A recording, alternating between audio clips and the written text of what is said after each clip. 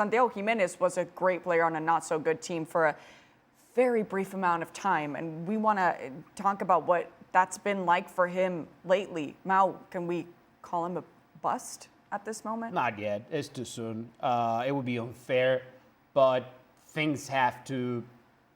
He has to step it up quick.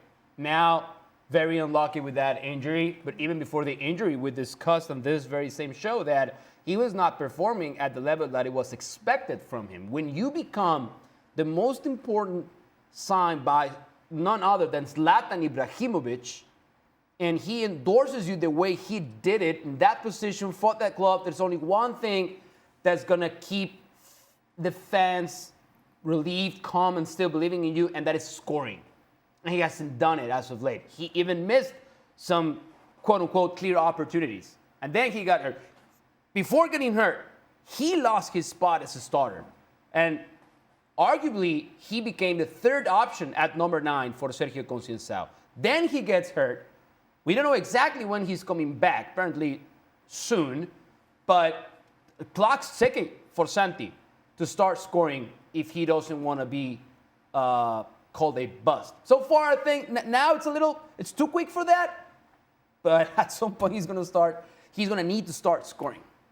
It's very simple. Santi Gimenez, if he's not scoring goals, he does very little for you as a player on the field. He's not a player that combines very well. He doesn't play with his back very well. He's not a player that's going to be overly physically imposing. He's very good when the game is in front of him, when he can make these hard, crisp runs, when he has everything going at him, when he can use his speed, when he can use how clever he is in the runs he makes. He's that type of player.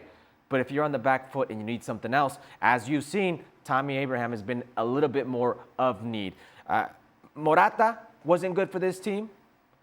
Abraham has not been good for this team. That's why they went out and they spent the money they did on a Santi Gimenez. You got to go Oliver Giroud.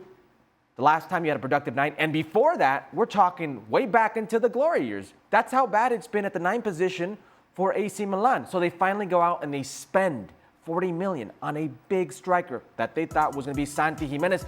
He doesn't have the luxury of being a developmental plan. He doesn't have the luxury of being, let's give him time. Unfortunately for Santi Gimenez, he's a victim of his own success. The success he showed at the Eredivisie, the success he showed in the Europa League, and yes, in the Champions League, has garnered him the opportunity to be the 9 here at Milan. And it's not a waiting game. You have to produce now. And that's been the problem for Santi Gimenez. He's not produced as of late. We are about to find out just how strong mentally Santi is. Yeah. Because he's been already under a lot of pressure with the national team. But for the national team, you come and play every other month in average. Not here. So right now, he's at a crossroads that at the same time, he's not playing, lost his starting spot, not scoring. The only way to get out of this hole is by being very, very strong mentally.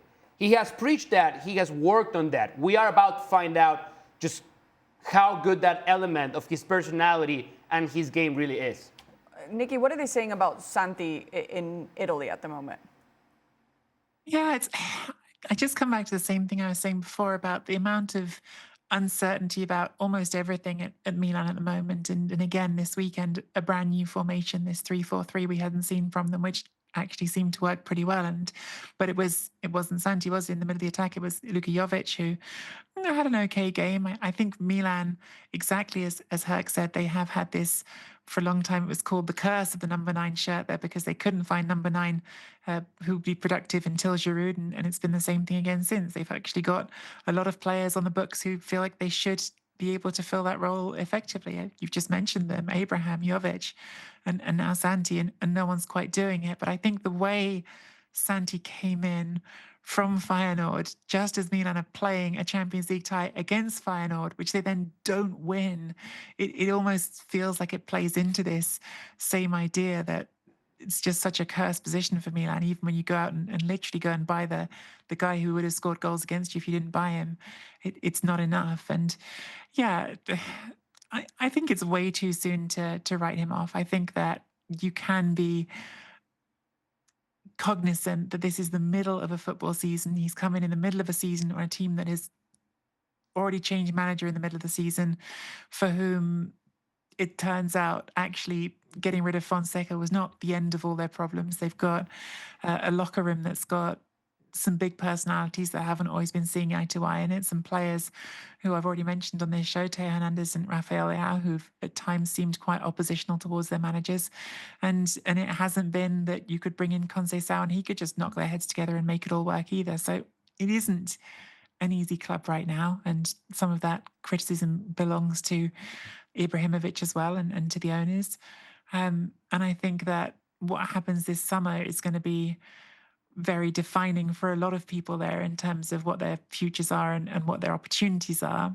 But I certainly don't think the club is planning to give up on him after bringing him in the middle of the season. I think he's still very much someone who they would, in Italian, say they want to valorizzare. They want to make sure they're getting their value from him. And as a young player, making sure that if he doesn't stay at the club long term, that his value goes up before they sell him.